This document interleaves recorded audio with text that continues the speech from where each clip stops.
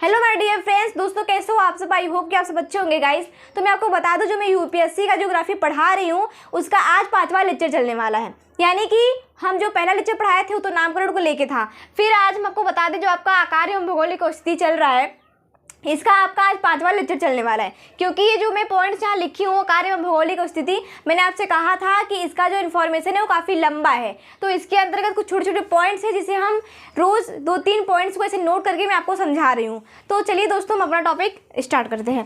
तो यहाँ पे देखिए आपका लिखा है, मतलब पार्ट 1 ही चल रहा है, भारत एवं सामान्य परिचय, इंडिया ए जनरल इंट्रोडक्शन। फिर यहाँ पे पॉइंट चल रहा है कार्य एवं भौगोलिक स्थिति, यानी कि साइज एंड जियोग्राफिकल लोकेशन। तो ये जो पॉइंट आपका चल रहा है ये पॉइंट काफ़ी लंबा है, क्योंकि भारत का जो मतलब कि भौगोलिक स्थिति है उसकी जो जानकारी है वो काफ़ी लंबी है, जो कि हम छोटे छोटे पॉइंट्स को लेके हम आ रहे हैं। तो यहाँ पे देखिए मैंने कुछ पॉइंट्स को नोट किया है, तो चलिए इस पॉइंट्स को हम लोग समझ लेते हैं। और आज हमारे जो पॉइंट्स है ये रेखा को लेकर होगा। इससे पहले हम लोगों ने भारत के क्षेत्रफल को देखा था, उसके तटीय क्षेत्र को देखा था, और उसमें हम लोग दिशाओं को देखा था। तो हम लोग नामकरण को लेके बहुत सारी जो भी मैंने 4 लेक्चर पढ़ाए हैं उसमें हम लोगों ने इस सारी बातों को हम लोगों ने जान लिया है। फिर आपका आज 5वां लेक्चर चलने वाला है। तो 5वें लेक्चर में हम लोग रेखा की आज बात करने वाले हैं, ठीक है। यानी कि जैसे कर्क रेखा और भारतीय मानक समय रेखा के बारे में हम लोग जानेंगे। तो यहाँ पे मैंने कुछ पॉइंट्स को नोट किया, तो चलिए इस पॉइंट्स को समझते हैं। तो आपका जो अभी पॉइंट जो चल रहा है वो पॉइंट आपका यही चल रहा है, यानी आकार है भौगोलिक स्थिति। तो इसके अंतर्गत कुछ छोटे छोटे पॉइंट्स हैं जिसे हम समझ रहे हैं। तो चलिए आपका जो पहला पॉइंट है वो क्या है। जो पहला पॉइंट है वो ये है कि लगभग 30 अंश के देशांतरी विस्तार के कारण, कितना, लगभग 30 अंश के देशांतरी विस्तार के कारण देश को, यानी कि भारत देश को 2 समय मेखलाओं में बांटा गया है। 2 समय मेखलाओं का मतलब समझते हो? 2 समय मेखलाओं में बांटा जा सकता है। परंतु इस समस्या का समाधान 82 अंश और 30 पूर्वी देशांतर रेखा को भारतीय मानक समय के निर्धारण हेतु मानक यामी के रूप में मानकर लिया गया है। यानी कि आपको बताना है कि 82 अंश और 30 पूर्वी देशांतर रेखा को, किसको, 82 अंश और 30 पूर्वी देशांतर रेखा को भारतीय मानक समय के निर्धारण के लिए मानकर, यानी कि भारतीय समय के निर्धारण के लिए, यानी कि हेतु मानकर यामोत्तर के रूप में मानकर लिया गया है। किसको? भारतीय समय रेखा को लिया गया है, जो कि ये उत्तर प्रदेश के मिर्जापुर से होकर गुजरती है। तो यदि मैं आपसे पूछूं, आपसे मैं क्या, अगर कोई भी पूछे कि जो भारतीय मानक समय रेखा है वो उत्तर प्रदेश जो राज्य है वहाँ की वो किस जिले से होके गुजरती है, जैसा से पूछा जाए तो आपको बताना है जैसे कि मिर्ज़ापुर, ठीक है। तो मैं आपको बता दूं जैसे कि जो भारतीय मानक समय रेखा है ये जो कि उत्तर प्रदेश के मिर्ज़ापुर से होकर गुजरती है, ठीक है। क्लियर आपका पहला पॉइंट। अब दूसरा पॉइंट क्या है समझ लीजिए। दूसरा पॉइंट जो है वो क्या है, ये मानक समय रेखा, यानी कि भारतीय मानक समय रेखा को, यानी कि यह मानक समय रेखा अर्थात भारतीय मानक समय रेखा भारत के उत्तर प्रदेश, मध्य प्रदेश, छत्तीसगढ़, उड़ीसा, आंध्र प्रदेश राज्यों से क्या करती है, होकर गुजरती है। तो जब भी आपसे पूछा जाए कि भारतीय मानक समय रेखा भारत के किन किन राज्यों से होकर गुजरती है, तो आपको बताना है उत्तर प्रदेश हो गया, मध्य प्रदेश हो गया, छत्तीसगढ़ हो गया, उड़ीसा हो गया, आंध्र प्रदेश हो गया। कितने राज्य हो गए? 1 2 3 4, यानी कि 5 राज्यों से होकर गुजरती है भारतीय मानक समय रेखा। अगर वहीं हम कर्क रेखा की बात करें तो आप जानते हो कि कर्क रेखा भारत के 8 राज्यों से होकर गुजरती है। हम इसकी भी चर्चा करेंगे। तो यहाँ पे हो गया क्लियर आपको जो दूसरा पॉइंट है। दूसरा पॉइंट ये था कि जो भारतीय मानक समय रेखा है ये भारत के उत्तर प्रदेश, मध्य प्रदेश, छत्तीसगढ़, उड़ीसा, आंध्र प्रदेश राज्यों से होकर गुजरती है। और भारतीय मानक समय रेखा ये ग्रीनविच समय से 5 घंटा, यानी 5 घंटा 30 मिनट आगे रहती है। आप यहाँ समझते हो, ग्रीनविच समय रेखा ये ग्रेट निकोबार जो है, ग्रेट निकोबार उसका समय है ये ग्रीनविच समय, यहाँ पे जो लिखा ग्रीनविच, ठीक। तो यहाँ पे समझिए ये समय रेखा भारतीय, जैसे आपसे बात किया जाए जो ग्रीनविच समय रेखा है उससे ये 5 घंटा 30 मिनट आगे रहती है। कौन? ये भारतीय मानक जो समय रेखा है। यहाँ ये कह रहा है कि ये समय रेखा ग्रीनविच समय से 5 घंटा 30 मिनट आगे रहती है। क्लियर आपका दूसरा पॉइंट। तीसरा पॉइंट क्या है वो समझ लेते हैं। देश की सबसे पूर्वी व सबसे पश्चिमी देशांतर रेखाओं के मध्य, क्या देश की सबसे पूर्वी और सबसे पश्चिमी देशांतर रेखाओं के मध्य यानी कि बीच की बात हो रही है, मध्य लगभग 30 अंश का अंतर होता है। यानी कि 30 अंश का अंतर होने के कारण सुदूर पूर्वी व सुदूर पश्चिमी भागों के समय में लगभग 2 घंटे का अंतराल होता है। ठीक है, 2 घंटे का यानी कि अंतराल होता है, यानी समय होता है 2 घंटे का।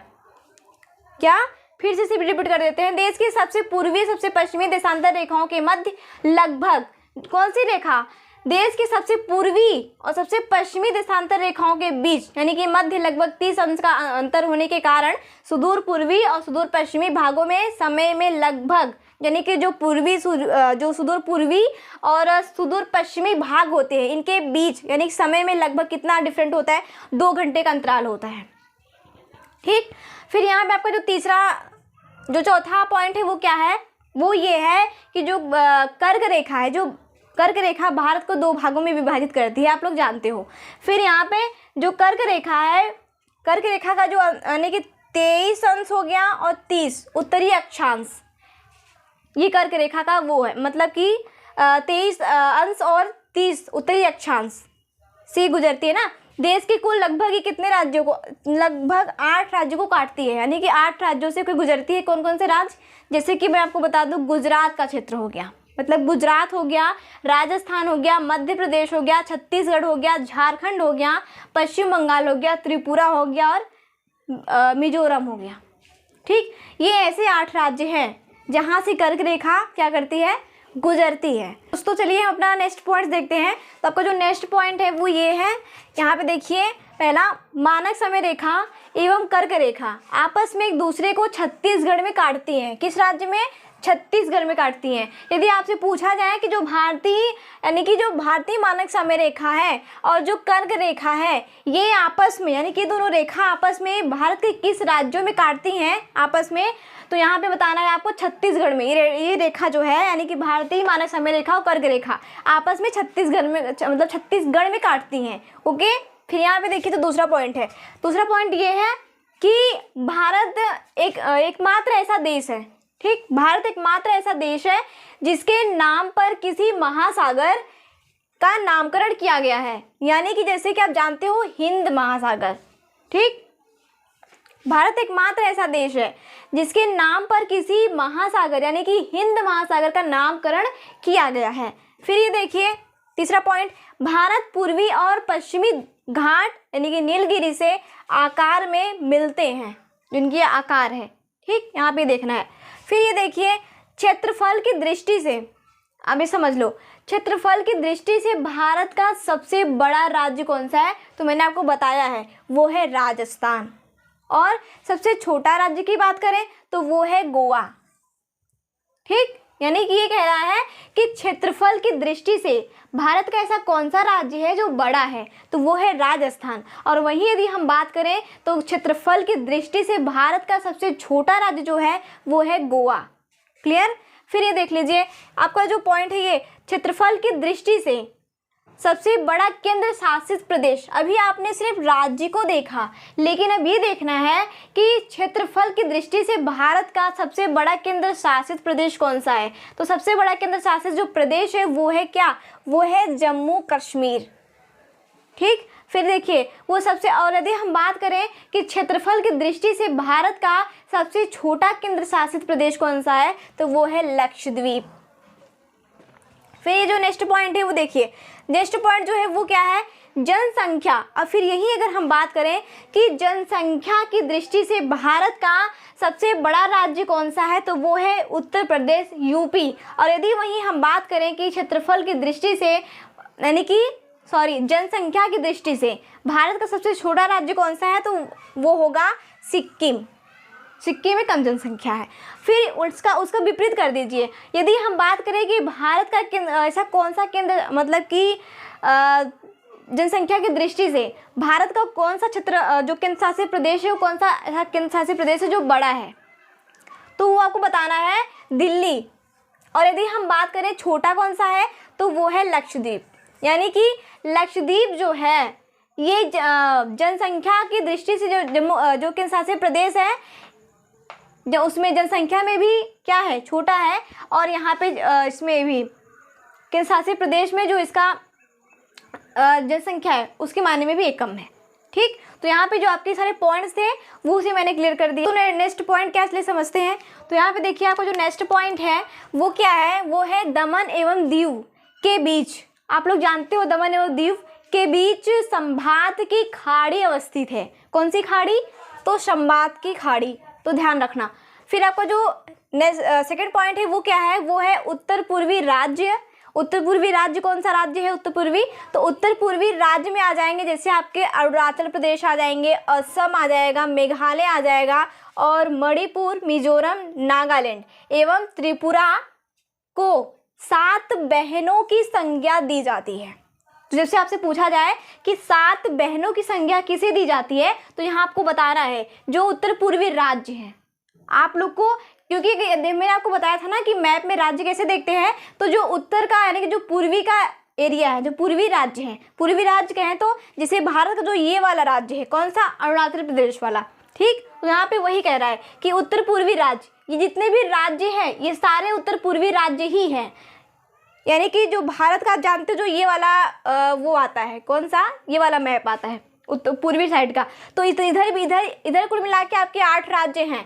तो वो जो 8 राज्य है इसी को कहते हैं पूर्वी राज्य। तो यहाँ पे देखिए उत्तर पूर्वी राज्य, उत्तर पूर्वी मतलब उत्तर का ऊपर वाला दिशा हो गया और इधर का साइड का पूर्वी, तो उत्तर पूर्वी। तो उत्तर पूर्वी राज्य जैसे अरुणाचल प्रदेश हो गया, असम, मेघालय, मणिपुर, मिजोरम, नागालैंड, त्रिपुरा, इन सब राज्यों को 7 बहनों की संज्ञा दी जाती है। क्लियर। अब जो नेक्स्ट पॉइंट है उसको देख लेते हैं।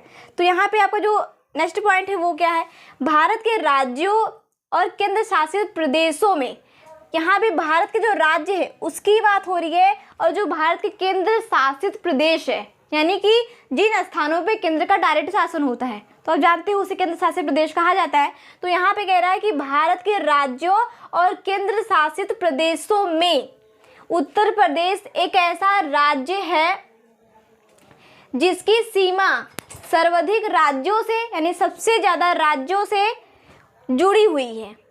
यानी कि अगर हम बात करें कि भारत के जितने भी राज्य हैं उन सभी राज्यों और केंद्र शासित प्रदेशों में उत्तर प्रदेश एक ऐसा राज्य है, मात्र उत्तर प्रदेश एक ऐसा राज्य है जिसकी सीमा सबसे ज़्यादा सर्वाधिक राज्यों से जुड़ी हुई है।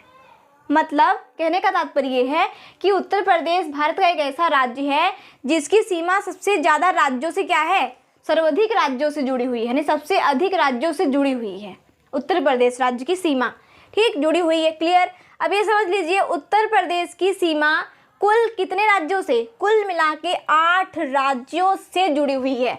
हम आपको यहाँ पे मैप छापेंगे तो मैप में भी समझाएंगे, स्पेशलिस्ट हम उसका सिर्फ इसका टॉपिक लेके आएंगे उत्तर प्रदेश का राज्य की। ठीक, तो यहाँ पे देखिए उत्तर प्रदेश की सीमा यानी कि जो उत्तर प्रदेश राज्य है उसकी जो सीमा है, उत्तर प्रदेश राज्य की सीमा कुल कितने राज्यों को अटैच करती है, तो कुल मिला के 8 राज्यों से इसकी सीमा क्या है, सटी यानी कि जुड़ी हुई है। यानी कि यहाँ पे देखिए उत्तर प्रदेश की सीमा कुल 8 राज्य और 1 केंद्र शासित प्रदेश, 8 राज्य और 1 केंद्र शासित प्रदेश। कौन सा केंद्र शासित प्रदेश, दिल्ली, यहाँ मैंने कोष्टक में लिखा हुआ है, दिल्ली से जुड़ी हुई है। यानी कि स्पष्ट शब्दों में मैं आपको बताऊं तो भारत का जो एकमात्र आपका जो राज्य है उत्तर प्रदेश, ये राज्य जो है इसकी जो सीमा है उत्तर प्रदेश राज्य की जो सीमा है वो कुल मिला के 8 राज्यों को अटैच करती है, यानी कि 8 राज्यों से जुड़ी हुई है। 8 राज्य और 1 केंद्र शासित प्रदेश दिल्ली से जुड़ी हुई है, जिसमें सर्वाधिक सीमा मध्य प्रदेश से और सबसे कम सीमा हिमाचल प्रदेश से संलग्न है। अब यहाँ पे ये भी प्रश्न खड़ा होता है कि उत्तर प्रदेश की जो सीमा है कुल 8 राज्यों से तो जुड़ी हुई है और 1 केंद्र शासित प्रदेश से भी जुड़ी हुई है, लेकिन इसमें ऐसा कौन सा राज्य है जिससे उत्तर प्रदेश की सीमा सबसे ज़्यादा जुड़ी हुई है, तो सबसे ज़्यादा जो जुड़ी हुई है वो जुड़ी हुई है मध्य प्रदेश से, और सबसे कम जो सीमा उसकी जुड़ी हुई है उत्तर प्रदेश की वो जुड़ी है हिमाचल प्रदेश से। क्लियर? तो ये आपके जो पॉइंट्स थे इसे मैंने क्लियर कर दिया। आई होप को दोस्तों आपको ये सारे पॉइंट्स समझ में आए होंगे। यदि नहीं भी आया है तो आप लोग कमेंट में पूछ लेना। Okay guys, thank you so much. हम फिर मिलते हैं नेक्स्ट वीडियो में।